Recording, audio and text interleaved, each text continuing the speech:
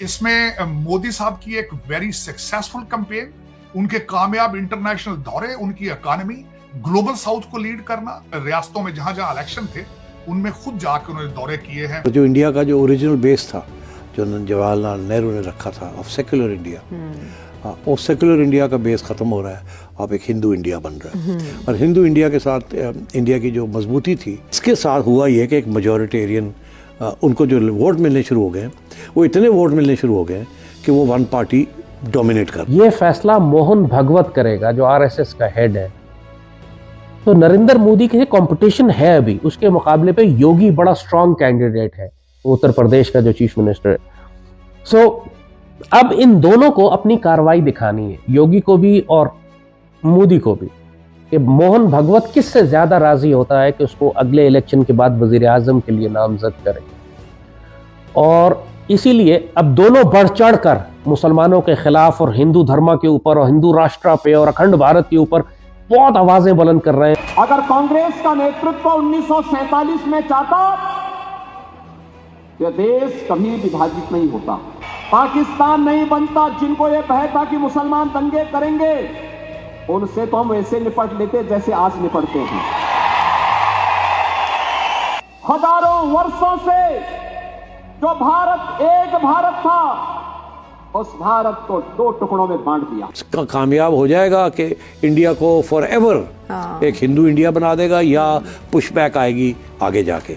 अगर तो वो चौथी दफा इलेक्ट हो जाता तो फिर मैं ये कहूंगा कि ये जो कुछ हुआ है कि टैक्स अथॉरिटीज, मीडिया अथॉरिटीज सारे जो है मोदी के साथ मिल गए, तो वो अब वहाँ भी डर ये लग रहा है कि ये मेजॉरिटेरियनिज्म एक फाशिस्ट किस्म की हुकूमत और फाशिस्ट मुल्क तो नहीं बनाने जा रहा। अपोजिशन रोक नहीं सकती, बिकॉज अभी भी मोदी का जो प्रोपल्शन चल रही है ना, पीछे से जो धक्का लग रहा है, ये हवा जो चल रही है हिंदुइज्म की, वो अभी भी चल रही है। और हिंदुस्तान में भी पूरी 2 जनरेशंस बन जाएंगी जिनके अंदर हिंदुइज्म और उसकी सुप्रीमेसी। प्रोफेसर अलेक्जेंडर, जिन्हें पुतिन का दिमाग कहा जाता है, उन्होंने अखंड रूस की तरह अखंड भारत का समर्थन किया है। और अगर अलेक्जेंडर ने ऐसा कह दिया है तो समझिए कि पुतिन भी अखंड भारत के पक्ष में है, और पुतिन का ये पक्ष चीन और पाकिस्तान के लिए बेचैनी का सबब बन सकता है। दुगिन ने अखंड भारत पर जो अपने विचार रखे, उन बातों के साथ उसमें छिपा मतलब समझिए। दुगिन ने कहा कि भारत को अपनी महान हिंदू सभ्यता को दोबारा स्थापित करने की जरूरत है, और इससे पश्चिमी सभ्यता का वो भ्रम दूर होगा कि दुनिया में सबसे आगे और सबसे बेहतर वही है। रूस के महान दार्शनिक आगे कहते हैं कि इसके लिए भारत को अखंड भारत बनाना होगा, जिसकी सीमाओं में आज का पाकिस्तान, अफगानिस्तान और बांग्लादेश भी शामिल है। दुगिन इसे सिर्फ एक नक्शा नहीं, बल्कि भारत की सांस्कृतिक और आध्यात्मिक शक्ति की वापसी का तरीका बताते हैं। तो वो अब एक हिंदू सिविलाइजेशन बनाने जा रहे हैं, as oppose to Christian, Jewish, communist, Buddhist, Islamic civilisation, वो हिंदू सिविलाइजेशन।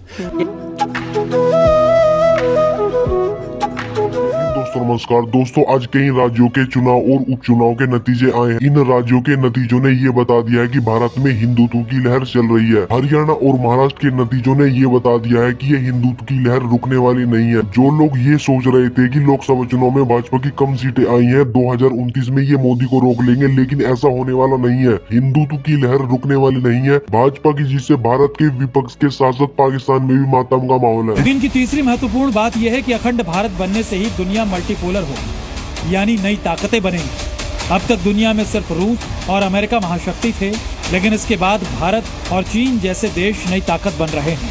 जिस तरह हमारे मशरिक में हिंदू मुशरिक हैं जो एक मजहबी अकीदा रखते हैं अखंड भारत का, हिंदू राष्ट्र का, आप इनसे ना निगोशिएट कर सकते हैं, ना बात कर सकते हैं, ना कोई डिप्लोमेसी कर सकते हैं, ना कोई पॉलिटिकल एग्रीमेंट कर सकते हैं इनके साथ, क्योंकि जो कुछ ये मुंह से बोलेंगे आपके साथ झूठ बोलेंगे, क्योंकि इनके अंदर वो जहर भरा हुआ है मुसलमानों से नफरत का।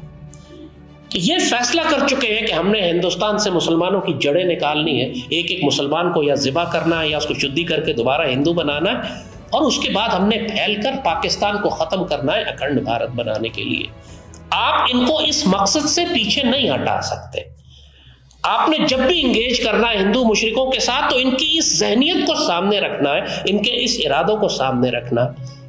और अगर कोई शख्स ये समझता है, जैसे पाकिस्तान में ऐसे नापाक और पलीत हुक्मरान गुजरे हैं पीछे, जो इनसे 100 साल की दोस्ती करना चाहते थे, 100 years ऑफ पीस करना चाहते थे, नेशनल सिक्योरिटी डॉक्ट्राइन बनाई थी बाजवा ने, इमरान ने, फैज ने और मोहित यूसुफ जैसे कादियानियों हराम खोरों ने, जो पूरी कौम को धोखे में रख के ज़िबा करवाना चाहते थे हिंदू मुशरिकों के हाथों कि जी कश्मीर भी दे दो और इससे 100 साल की दोस्ती भी कर दो और इसको हिंदू राष्ट्र भी बनाने दो और अखंड भारत की तैयारी भी करने दो। जब आप इस तरह की स्ट्रेटजी बनाते हैं तो फिर आपको बहुत अच्छी तरह पता होना चाहिए कि बहुत जल्द आप भी उसी तरह तबाह किए जाएंगे जैसे अहले गज़ा आज आजमाइश उठा रहे हैं। जो अखंड भारत की जहनियत है वही ग्रेटर इसराइल की जहनियत है। इस वक्त अगर अखंड भारत या अखंड इसराइल के रास्ते में कोई एक मुसलमान मुल्क खड़ा है तो वो पाकिस्तान, पाकिस्तान आर्मी, पाकिस्तान का एटमी प्रोग्राम और हमारी एयरफोर्स है। ये अच्छी तरह समझ ले।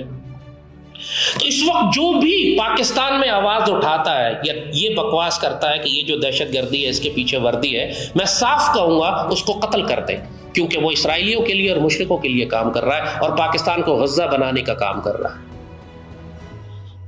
हमको अपनी सफ़ों के अंदर से उसी तरह गद्दारों को कत्ल करना पड़ेगा जैसे सलाउद्दीन अय्यूबी ने फरमाया था कि कत्ल कर रहा है। वो अपने सफ़ों में गद्दारों को पहले कत्ल किया करते थे। रूस में ऐसे दावे किए जाते हैं कि पुतिन के कई बड़े फैसलों के पीछे दुगिन का दिमाग है। कई लोग तो यहाँ तक दावा करते हैं कि दुगिन असल में पुतिन के राजनीतिक गुरु है। दुगिन ने रूस से अलग हुए देशों को मिलाकर पुराना सोवियत संघ बनाने की बात की थी और यूक्रेन पर हमला इसी की शुरुआत बताया जाता है। जिस तरह नेतन्याहू को जंग चाहिए अपने आप की हुकूमत, अपनी हुकूमत को बचाने के लिए, इसीलिए वो गाजा की जंग को घसीटे जा रहा है नुकसानात उठाने के बावजूद और पूरी दुनिया से जलील होने के बावजूद।